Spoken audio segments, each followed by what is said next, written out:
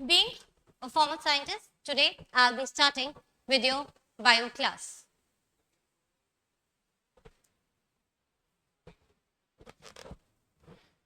Good morning, class. Myself, Priyanka Ahuja. Today we'll be continuing with the biology class. Let's start. अच्छा, तो आप लोगों ने bio लिया है, राइट? बायो के साथ में फिजिक्स और केमिस्ट्री क्यों लिया है? Psychology, history, civics, economics. There's so many combinations which are lying over here, ना? तो फिर बायो ही क्यों लिया गया? तो फिर बायो के साथ में फिजिक्स और केमिस्ट्री ही क्यों लिया गया? Let's see.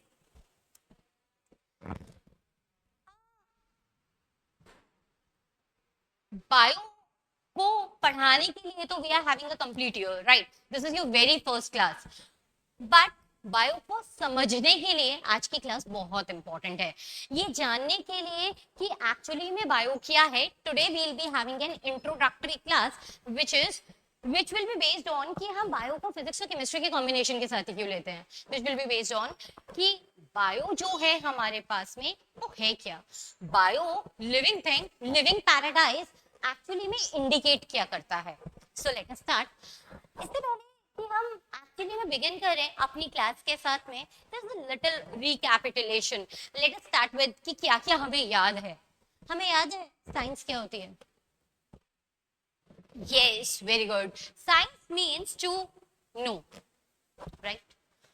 अब साइंस में भी अगर आप लाइफ को जानने की कोशिश करते हैं, आप लिविंग थिंग को जानने की कोशिश करते हैं, तो उसे आप बोल देते हैं बायो, राइट? अब वैसे तो मुझे ये भी पूछना है कि लिविंग थिंग क्या चीज होती है, बट उसके लिए मैं थोड़ा सा वेट करूंगी और जो आपका फर्स्ट चैप्टर होगा हम उसमें बात करेंगे. उसके बाद यहाँ मैंने लिखा how did earth evolve. Ma'am geography पढ़ा रहे हो क्या? नहीं पढ़ा, मैं बायो ही रही हूँ. लेकिन हमारे अर्थ पे लाइफ है ना, तो ये भी जानना बहुत जरूरी है कि अर्थ जहां पर एक्चुअली लाइफ एग्जिस्ट कर रही है वो कहां से आई. थोड़ा बहुत आइडिया आप सभी को होगा. बिग बैंग थ्योरी सुना है ना? नहीं सुना तो आज ही जाना जरा डिस्कवरी पे 3 घंटे की मूवी देखना. It is very interesting, more interesting than your usual watch content. Okay, फिर मैटर. मैम ये तो हम क्लास 6 में पढ़ाए थे. लेट्स सी कितना जानते हो as we move through the lecture. Energy. Ma'am ये तो मैम क्लास 5 में बताया था टीचर ने. तो आज एक बार ही दोबारा से याद कर लेंगे ना, जिससे कि हमारी बायो ना केवल यहाँ रहे, हमारी बायो हमारी ब्लड वेसल्स और नर्व्स में रहे. बॉन्ड्स, हाँ मैम ये भी पढ़ा तो था 9th में. तो दैट मीन्स आपको आता तो सभी है. इस इंट्रोडक्टरी क्लास में सिर्फ मैं आपका एक स्ट्रॉन्ग बॉन्ड डेवलप करने वाली हूँ आपकी बायो के साथ, the subject that you have chosen. Now let us begin. Basics of biology, यही है हमारा आज का टॉपिक. इसके अंदर मैं आपको बिल्कुल सिंप्लीफाइड आइडिया दूंगी of the contents which are being displayed on board. I don't think so there is a need to wait over here and understand each and everything just right now. So we'll be continuing slowly and gradually and then getting the meaning of each and everything.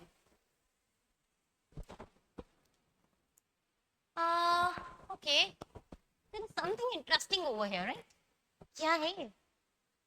देखा है, सुना है पहले कभी? Ma'am इसमें सुनोगे क्या ना हम? सही बात, देखा है क्या? Come again. Oh, very good. That is a cell membrane. Very good. अब ये जो हमारी सेल मेम्ब्रेन है, इसमें आपको कुछ दिख रहा है? क्या दिख रहा है? Very correct, it is semi permeable membrane. मतलब क्या होता था सेमी परमिएबल का? Yes, allowing few molecules to pass through it, restricting the other and allowing others to selectively pass. That means कभी अलाउ कर देगी, कभी मना कर देगी, मेरे को नहीं चाहिए. यही होता है ना सेल मेम्ब्रेन. अब ये मैं आपको क्यों बता रही हूँ? सीधा सीधा सेल मेम्ब्रेन पे पहुंचा दिया. मैम लाइफ कहाँ है? इसमें आपको सिर्फ बायो दिखी, मेरे को इसमें फिजिक्स भी दिख रही है. देखो ये जो मॉलिक्यूल्स है ना, इनके पास थी हीट एनर्जी. जब ये मूव किए तो वो हीट एनर्जी कन्वर्ट हो गई काइनेटिक एनर्जी में. क्या दिखा? एनर्जी दिखी, फिजिक्स दिखी. ये जो सेल मेम्ब्रेन है ना, इसमें कुछ तो जरूर होगा। किसकी बनी है ये?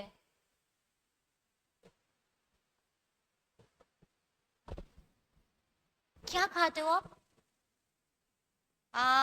Food, very good. फूड में क्या? Carbohydrate, protein, fat, right? 7 essential component of food: carbohydrate, protein, fat, vitamins, minerals, roughage and water. Major thing क्या ma'am? Carbohydrate, protein and fat, उसी की बनी है।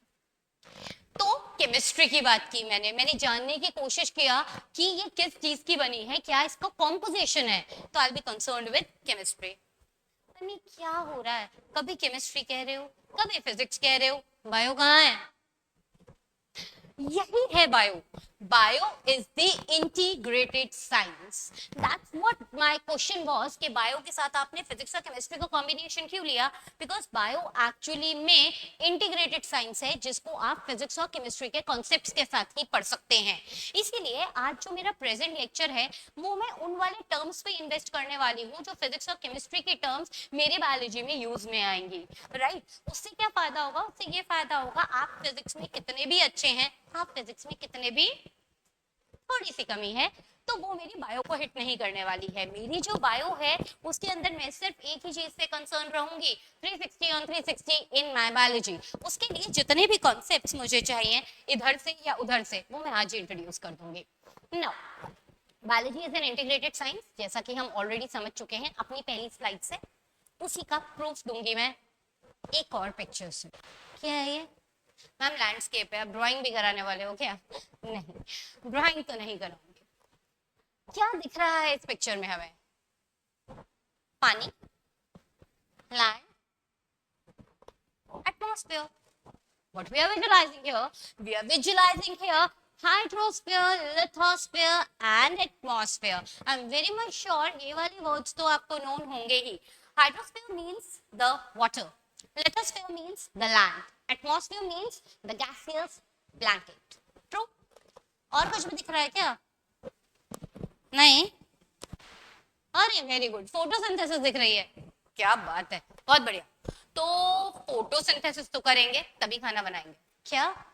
रेस्पिरेशन भी दिख रहा है, खाना बना लिया तो अब खाने से एनर्जी भी तो लेंगे, खाली बना के क्या करेंगे प्लांट्स? हम भी तो खाली बनाने के लिए खाना नहीं बनाते, खाते भी तो हैं।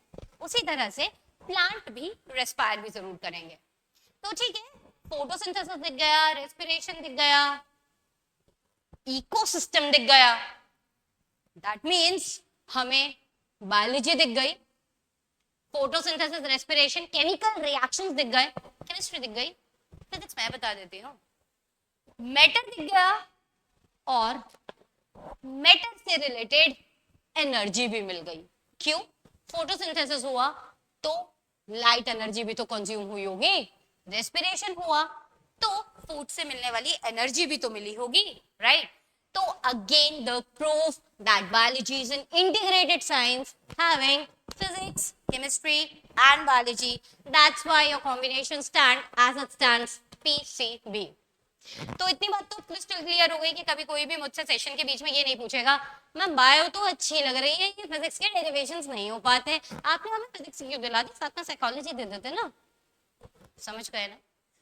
ठीक, तो इसी वाले कॉन्सेप्ट के साथ अब हम आगे चलेंगे और हम बात करेंगे थोड़ा सा अपने बायो के बारे में with in this particular slide कि बायो की नेचर क्या है। Nature means what? Nature means कि बायो को गवर्न करने वाला कौन है, लाइफ को गवर्निंग यूनिट क्या मिलती है, लाइफ की गवर्निंग यूनिट क्या है, लाइफ की स्टैंडिंग यूनिट क्या है। Any idea to anyone what is the standing unit of life? Yes, yes, very good. Cell, the fundamental unit of life. सबने पढ़ा है, सबको पता है। पहले मैं अगर सेल बोलती तो तुम मुझे शायद बताते कि मैम बैटरी में भी तो सेल लगता है, ठीक है? लेकिन जैसे जैसे हम अभी कंटिन्यू कर रहे हैं, हम प्रोसीड कर रहे हैं, हम अंडरस्टैंड कर रहे हैं बायो की सोल को, बायो की स्पिरिट को, तो आप समझ पा रहे हैं कि जैसे ही मैं कोई शब्द बोलूंगी तो उसका रिलेशन आप डायरेक्टली बिठा पाएंगे। That is what is today's class meant for, right? तो बायो की नेचर कंप्लीटली गवर्न होती है सेल से, और सेल का प्रिंसिपल कौन है? लेट्स सी, सेल का प्रिंसिपल है जीन। सेल कंप्लीटली जीन से गवर्न की जाती है, ठीक। अब जीन वर्ड क्या है ये जानना हमारे लिए बहुत एसेंशियल है। हमने जूनियर क्लासेस में भी बहुत देखा है कि सेल है तो इसमें 3 शब्द जरूर पढ़ते हैं हम, क्रोमोसोम, डीएनए और जीन। सपने में से कोई अगर आपको जगा दे और पूछे क्रोमोसोम, डीएनए और जीन बता दीजिए, तो आपको आंसर आना चाहिए। क्यों? क्योंकि bio is completely based on these 3 concepts. ये अगर आपको क्लियर है तो आप लगभग 40 से 50% बायो को अंडरस्टैंड कर पाते हैं, ठीक। तो आज इन्हीं को जानने की कोशिश करेंगे। सेल, सेल में nucleus,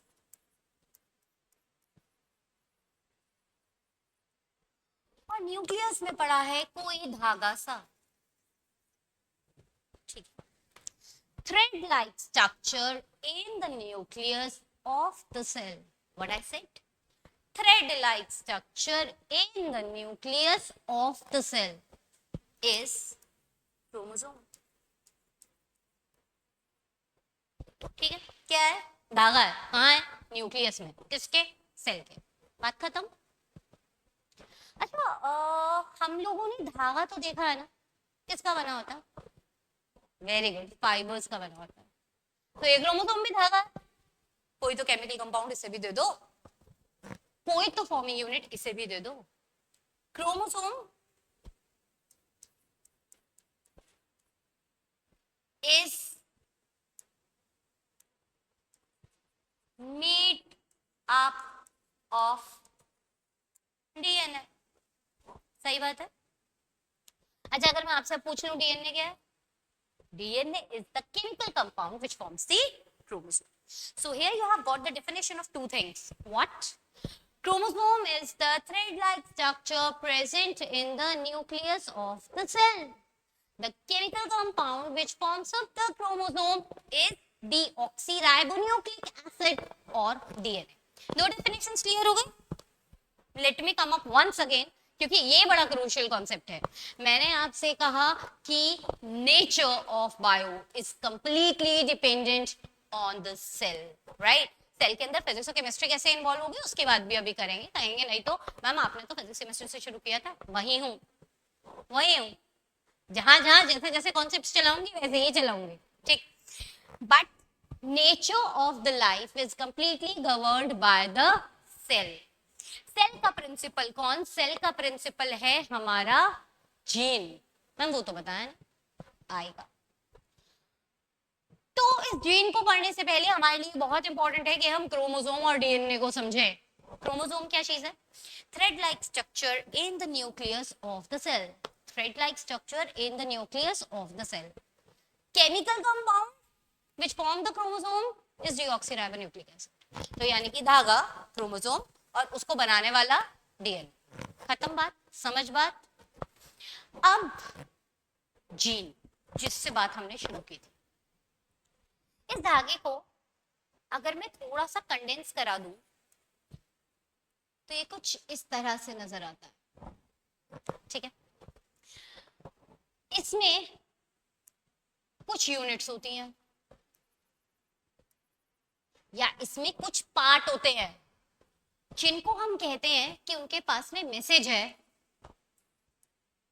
message for protein formation.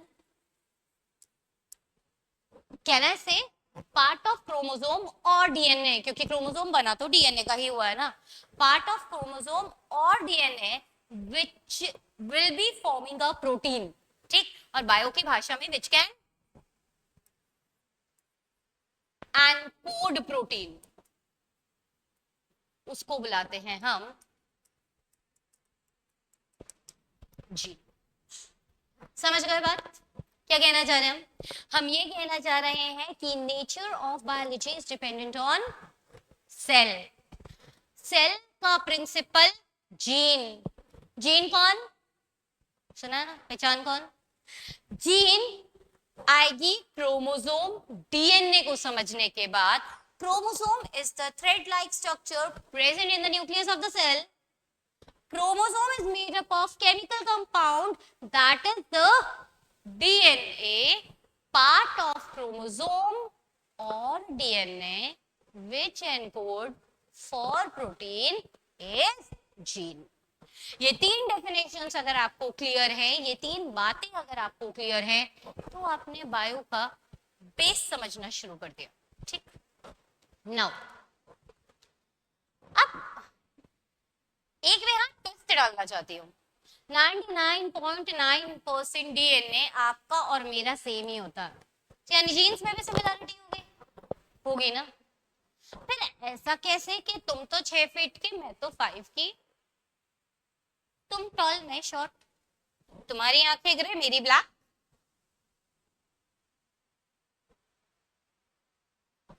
उन वाली जीन में डिफरेंस हो सकता है, आपने सही कहा. अब मैंने बोला मेरे पेरेंट्स भी टॉल है, मैं तो शॉर्ट हूं, अब क्या? कंफ्यूज्ड? Should be.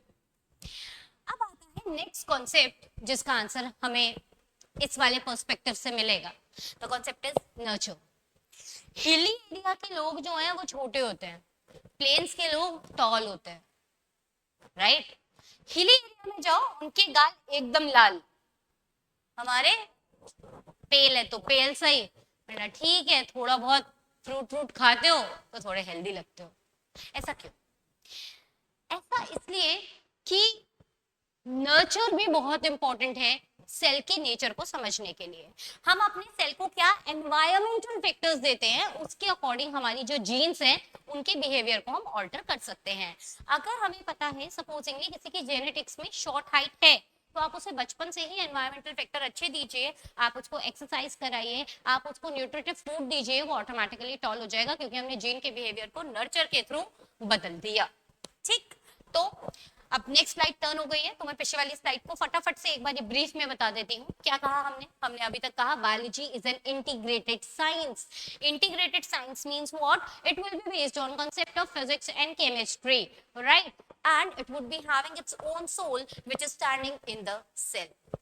Cell को डायरेक्ट करने वाला कौन? जीन. जीन को समझने के लिए डीएनए और chromosome. What is chromosome? Thread-like structure in the nucleus. What is DNA? The chemical compound. What is gene? Part of DNA or chromosome which form the protein. Gene के behaviour को भी बदल सकते हैं हम नर्चर के through, environmental factor के through. So that was your introduction to biology. Now we'll be going ahead with the next topic. दो बहुत ज्यादा नहीं है अभी इसमें पढ़ने के लिए, बस इतना वर्ड है, कॉस्मोलॉजी.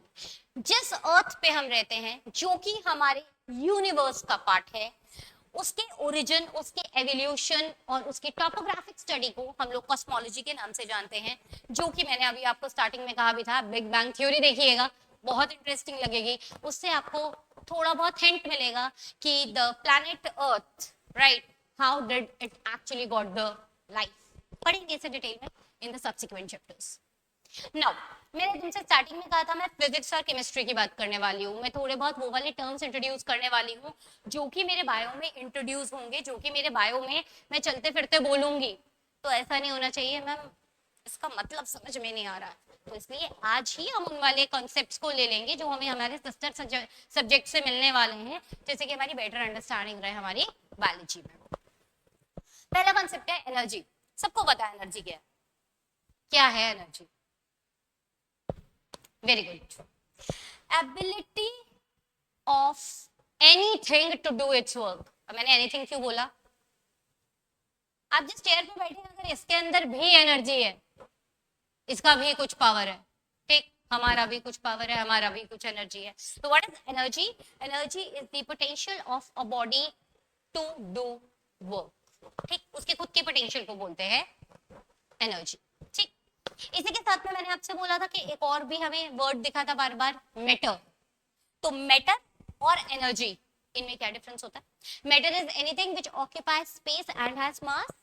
मैटर का पोटेंशियल काम करने का इज एनर्जी। हम ये क्यों बता रहे हो? ये इसलिए बता रहे हैं क्योंकि अगर मैं बात करूंगी न्यूरॉन की तो मैं कहूंगी जी केमिकल एनर्जी इलेक्ट्रिकल में, फिर इलेक्ट्रिकल केमिकल में, तो यहाँ आप सोचोगे energy, right? Energy is the potential of this nerve to do the work. Energy is the potential of the chemical which is being received to do the work. Okay, तो जहां पे word energy आएगा मतलब उसका खुद का potential है काम करने का. ओके, कार्डियक सिस्टम में केमिकल एनर्जी इलेक्ट्रिकल में कन्वर्ट होती है, फोटोसिंथेसिस में लाइट एनर्जी केमिकल एनर्जी में कन्वर्ट होती है, और रेस्पिरेशन में हमारी केमिकल एनर्जी कन्वर्ट होती है into the ATP which is the energy currency of the cell. ठीक है, तो फिजिक्स और केमिस्ट्री को साथ में लेकर चलेंगे. उसके लिए हमने पहला शब्द इंट्रोड्यूस किया है with regard to the physics which says energy, the power of the body to do work. Okay,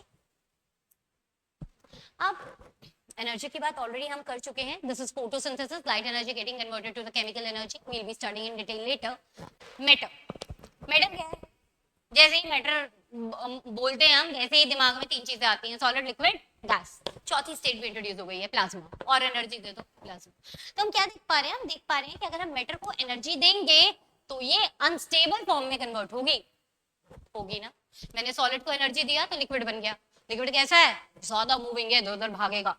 liquid से गैस में कन्वर्ट हो गया, और ज्यादा मूविंग है. 2 मिनट में आपने गैस डिफ्यूज की, परफ्यूम लगाया, पूरे रूम में परफ्यूम है ना. प्लाज्मा और ज्यादा अनस्टेबल स्टेट, जहां मन करेगा वहां चल देगी, राइट? तो इस कॉन्सेप्ट से मैं आपको क्या बताना चाह रही हूँ? No, not at all. I am not here to teach the matter और द एनर्जी. वो तो आप बढ़िया से पढ़ेंगे ही पढ़ेंगे. I am here to make you realise कि मैटर जैसे ही आप उसको एनर्जी देते हैं वो अनस्टेबिलिटी में कन्वर्ट होता है, राइट? और एनर्जी हमारी अनस्टेबल कंडीशन में भी चलती ही जा रही है और बढ़ती ही जा रही है.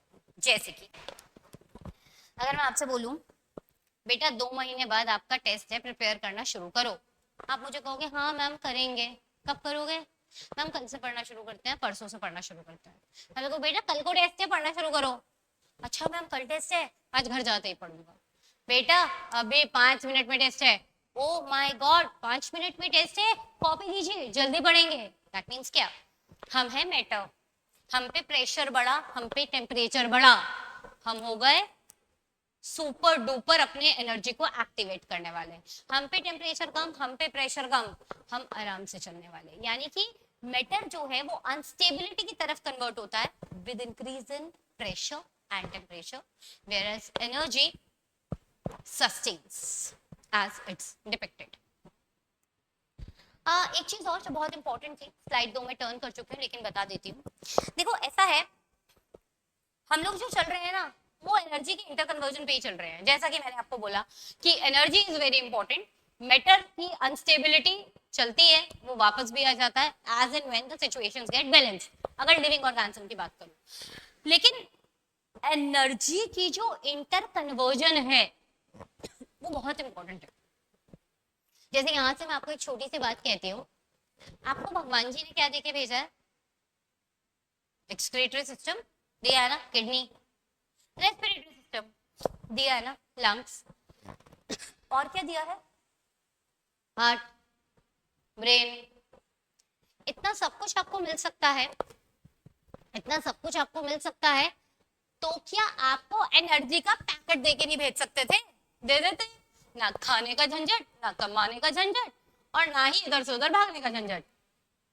आराम से पैकेट लेकर आते, आराम से उसे लेकर सोते, बहुत ही शांति प्रिय जिंदगी व्यतीत करते हैं.